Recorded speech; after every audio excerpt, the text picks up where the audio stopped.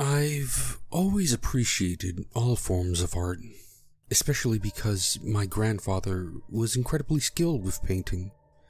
Even though, no matter how hard I've tried, my paintings never stood up to his. But I am always on the lookout for good paintings or drawings for inspiration. As I clock out of my job at Vito's, I walk home, as I live only a few minutes away. That's when I stumbled upon a garage sale. Not uncommon for my neighborhood, but it was strange that it was still open at 9 p.m. when my shift ends.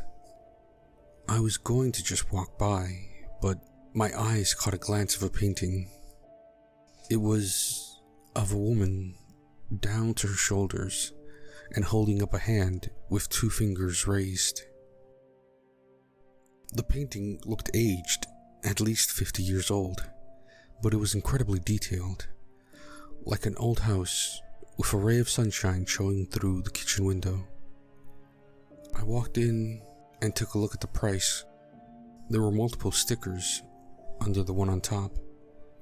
It was only $10, a steal. I grabbed the painting with caution to not damage it and walked up to the man running this garage sale. He looked tired and disheveled, like he hasn't slept or showered in days.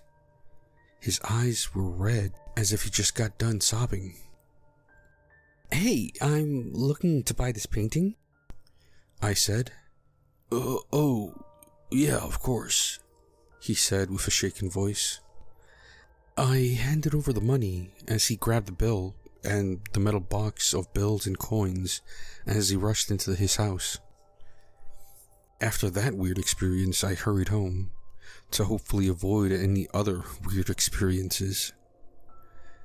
I hung the painting in my living room as it was lacking in good decor, and then I went to my bedroom and promptly collapsed. I woke up later in the night, around 5 a.m., when I heard a thud.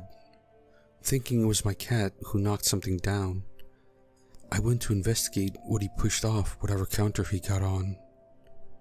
But then I hear his familiar purr from behind me.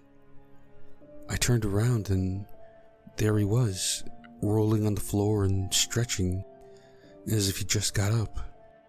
Fear crept up my spine, thinking someone broke into my house. I quickly grabbed my pocket knife from my work jean pocket and walked into my living room slowly. I turned around the corner and nothing. Nobody was there. I checked my front door. It was still locked. The only thing amiss is the painting I bought lying on the floor. As I picked it up, it was undamaged. I let out a sigh of relief as I hung it back up and head back to bed. Not even an hour passed as I woke up again to my cat screaming. I jumped up and ran to the living room. I saw a horrible sight. My cat was missing his bottom half.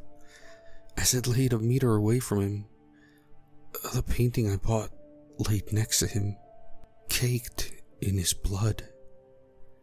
My cat's face had a look of fear, with his mouth gaping open as if he was hissing. The woman in the painting's expression has changed, with eyes filled with sadness and dread, but her smile, I can't describe how terrifying her smile was. It looked as if her mouth was slit open up to her ears. Instead of 2 fingers, she had 3. I raced out of my door. I could barely see as tears shot down my face. I started the car and raced out of my neighborhood. I didn't stop until my car ran out of gas. I pulled into a small motel and rented a room and cried myself to sleep. That night, I dreamed of the painting. I was back in my house. My cat's corpse now covered in flies. The woman in the painting still had those terrified eyes and that horrible, horrific smile.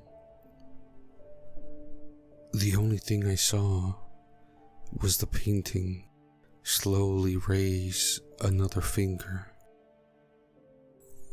I tried to plead, scream, cry for help, anything, but it was no use. Before the finger was fully extended. Greenview Country Police. Missing person report. Christina Ramirez. The following was found on the victim's phone the night of their disappearance. The victim's house was searched and a decaying corpse of a cat was found, as well as a broken canvas. It looked as if someone punched straight through it. It is impossible to know if this is the painting the victim described, as the woman is not visible. Only the background of where she once stood.